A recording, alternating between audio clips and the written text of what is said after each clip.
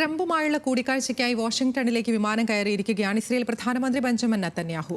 സർക്കാരിന്റെ കാലത്ത് ദുർബലമായ ഇസ്രയേൽ നയതന്ത്ര ബന്ധം ശക്തിപ്പെടുത്തുന്നതിനൊപ്പം ഗാസ വെടിനിർത്തലും കൂടിക്കാഴ്ചയിലെ മുഖ്യ അജണ്ടയാണ്. അധികാരമേറ്റതിനു ശേഷം ഡൊണാൾഡ് ട്രംപ് വൈറ്റ് ഹൌസിലേക്ക് ക്ഷണിച്ച ആദ്യ വിദേശ നേതാവാണ് ഇസ്രയേൽ പ്രധാനമന്ത്രി ബെഞ്ചമിൻ നെതന്യാഹു. അമേരിക്കയുമായുള്ള ഇസ്രയേലിന്റെ സഖ്യബന്ധം ഊട്ടിയുറപ്പിക്കാനും ട്രംപ് തനിക്കൊപ്പമാണെന്ന അവകാശവാദത്തെ ബലപ്പെടുത്താനും വേണ്ടിയായിരിക്കും നെതന്യാഹു ഈ യാത്ര ഉപയോഗിക്കുക. പശ്ചിമേഷ്യയുടെ തലവര തിരുത്തുന്ന കൂടിക്കാഴ്ചയായിരിക്കും ഇതെന്നാണ് വാഷിംഗ്ടണിലേക്കുള്ള വിമാനം കയറിക്കൊണ്ട് നെതന്യാഹു നടത്തിയ പ്രഖ്യാപനം.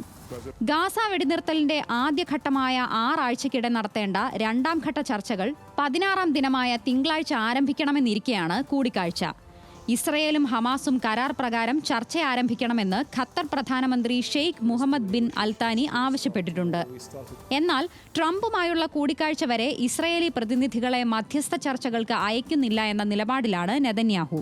ട്രംപുമായി കണ്ടുമുട്ടുന്ന ചൊവ്വാഴ്ചയ്ക്ക് മുൻപ് തിങ്കളാഴ്ച ട്രംപിന്റെ പശ്ചിമേഷ്യൻ പ്രതിനിധിയായ സ്റ്റീവ് വിറ്റ്കോഫുമായി നെതന്യാഹു ചർച്ച നടത്തുമെന്നാണ് റിപ്പോർട്ട്.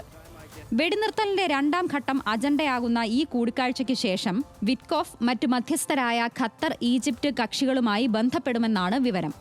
അതേസമയം രണ്ടാം ഘട്ടത്തിലേക്ക് നീങ്ങുന്നതിന് പകരം 1ാം ഘട്ടത്തോടെ യുദ്ധം പുനരാരംഭിക്കാനാണ് നെതന്യാഹുവിന്റെ പദ്ധതിയെന്നാണ് നിരീക്ഷിക്കപ്പെടുന്നത്. സർക്കാരിൽ നിന്ന് പിന്തുണ പിൻവലിക്കുമെന്ന തീവ്ര വലതുകക്ഷികളുടെ ഭീഷണിയും ഇതിന് പ്രേരണയായേക്കും. ഓട്സമ യഹൂദിത് സഖ്യം വിട്ടതിന് പിന്നാലെ മറ്റൊരു വലതുകക്ഷിയായ റിലീജിയസ് സയണിസം പാർട്ടിയും ഇതേ ഭീഷണിയുമായി നിൽക്കുകയാണ്.